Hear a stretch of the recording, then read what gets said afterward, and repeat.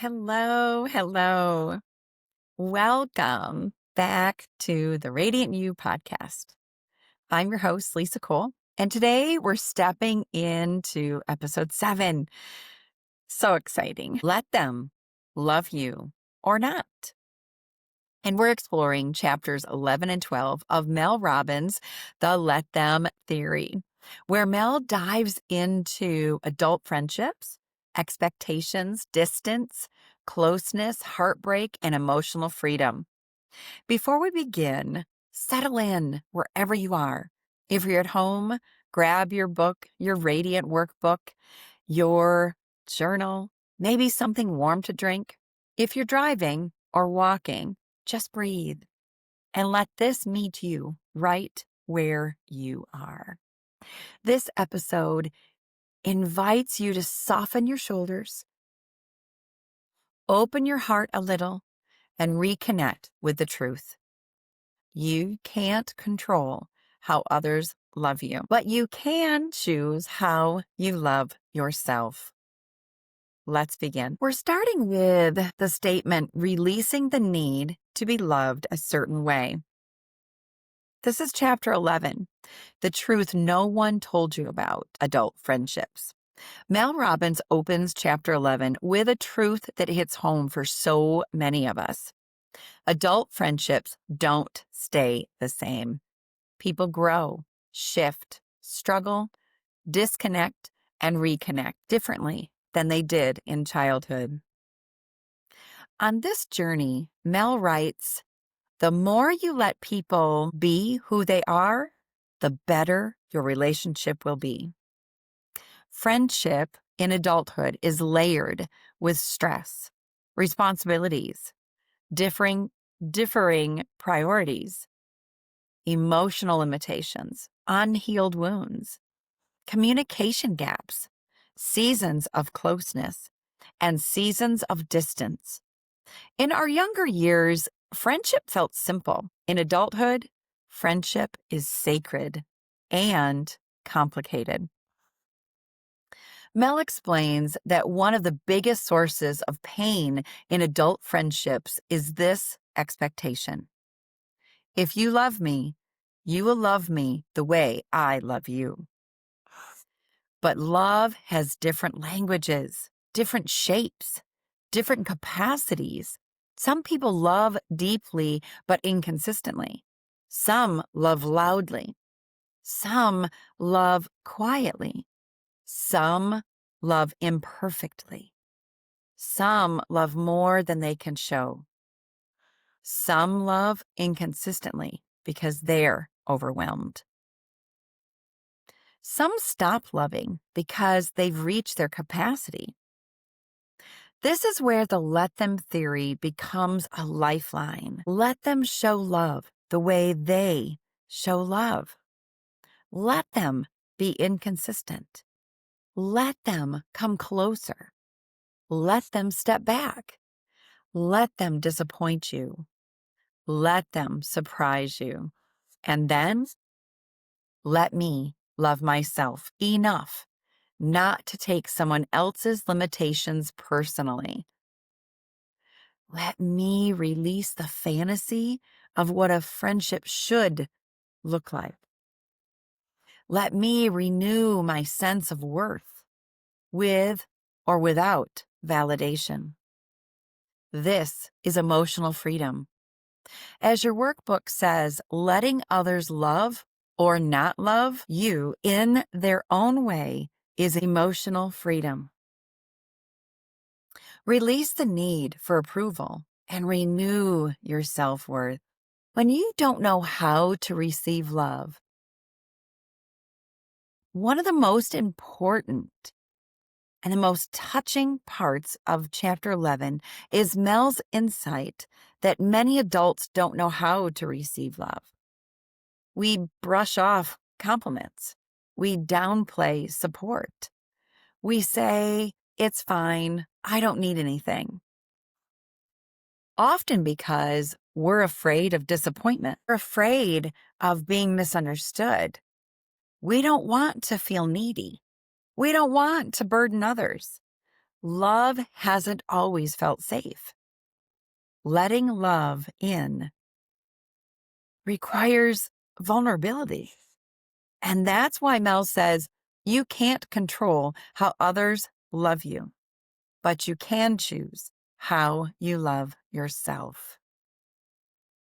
So let others love you imperfectly. Let yourself receive love imperfectly. Let yourself soften. Let yourself be seen. Let yourself be supported.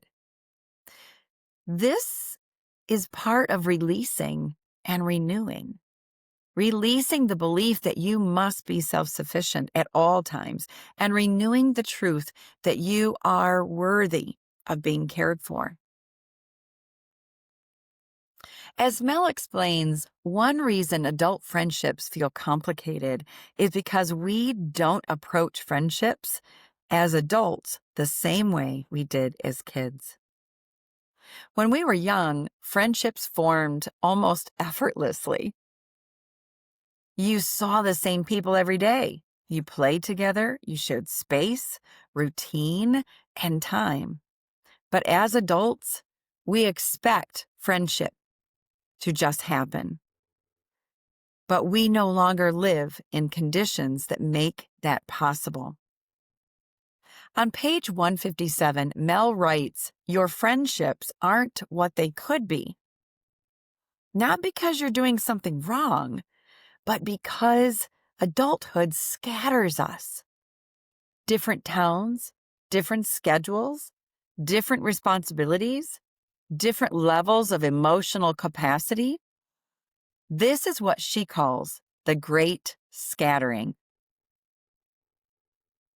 As adults, everyone simply drifts in their own direction unless someone intentionally reaches across the distance. Mel introduces 3 factors that form the invisible structure of friendship. Number 1 is proximity. Proximity is simply how close you physically are to someone. When you're near each other, connection happens naturally. You meet up, bump into each other, share life. When you're far apart, staying connected requires effort, coordination, and intention.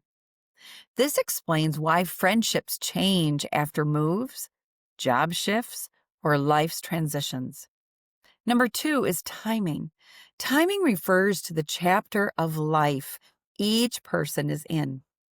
If you're in different chapters, it's harder to relate, not because love is missing, but because capacity and alignment look different. Life stages shape connection, parenting young kids, launching careers, caring for parents, rebuilding after loss, seasons of health or illness. Friendship requires compassion for the chapter someone else is in and compassion for the chapter that you are in. Number 3 is energy. Energy is the most mysterious of the 3 and the most powerful. You either click with someone or you don't. You can't explain it. They can't explain it. You simply recognize the energetic pull or the absence of it. Mel says we must trust this. Energy shifts over time, sometimes for the worse, sometimes for the better. And this is not a flaw. It means you and the people in your life are evolving. Accepting these shifts is emotional maturity. It keeps you from forcing friendships that no longer fit and helps you to nurture the ones that still do. Understanding these pillars makes let them theory come alive in adult friendships. Let them drift if proximity has changed. Let them be in their own chapter of life. Let their energy shift without making it mean something about you. And then let me honor who I am becoming. Let me invest where the energy is mutual. Let me release the guilt around what no longer fits. Let me renew the friendships that continue to breathe with me. Chapter 12 is why some friendships naturally fade. The friendship initiation struggle is real. So many clients say to me, I'm always the one who asks my friend to get together. I'm always the one initiating. I never get asked. And if that's you right now, take a breath. You're not alone. And there's nothing wrong with you. Friendship dynamics are tender because they touch our belonging wounds. Whether someone shows up or doesn't can feel deeply personal. But Mel Robbins teaches something that gives this struggle a completely new frame. Mel Robbins says that people's behavior is information. And the let them theory becomes incredibly powerful here. If you are always the one reaching out and your friend never initiates, let them. Let them choose what they choose. Let them show you their natural level of investment. Let them reveal what role they actually want in your life. This isn't passive. It is clarity. It's emotional freedom. This isn't about rejection. It's about clarity. Let that land. When you stop initiating for a while, you're not punishing someone. You're simply stepping back from carrying both sides of the friendship. You are saying, I'm willing to invest, but I am no longer willing to overfunction. And the beautiful thing, two outcomes can happen, and both are gifts. Outcome number one, they step forward. When you release the pressure, some people naturally move toward you. They realize, oh, I miss her, or I want this connection. And they rise into the space you've been holding open. This is alignment. This is friendship that breathes. Outcome number two, they don't. And if they don't step forward, Mel says that's your answer, not your defeat, not your flaw, not your unworthiness, just information. Information that tells you where to invest your time, where to stop chasing, where to redirect your light, where your radiance is truly mirrored. Part of becoming your radiant you is learning to protect your energy from one-sided relationships, not with bitterness, but with grace and awareness. Because overgiving is not love, it's habit. And sometimes it's fear. But your radiance grows when your relationships are aligned, reciprocal, and rooted in truth. Let them choose what they choose. Let me choose what honors my heart. Chapter 12 takes us into a truth that is both painful and freeing. Some friendships fade, not because someone did something wrong, but because growth holds you in different directions. Mel explains that people evolve, seasons change, emotional capacity shifts, priorities adjust, life experiences shape new identity, and trying to force a friendship to stay what it once was creates grief, resentment, and exhaustion. All summarizing chapter 12. And here we go. Let them be who they are now. Let them grow in their direction. Let them not love you in the way you wish they would. Let them fade if the season is over. And then let me create space for people who fit who I am becoming.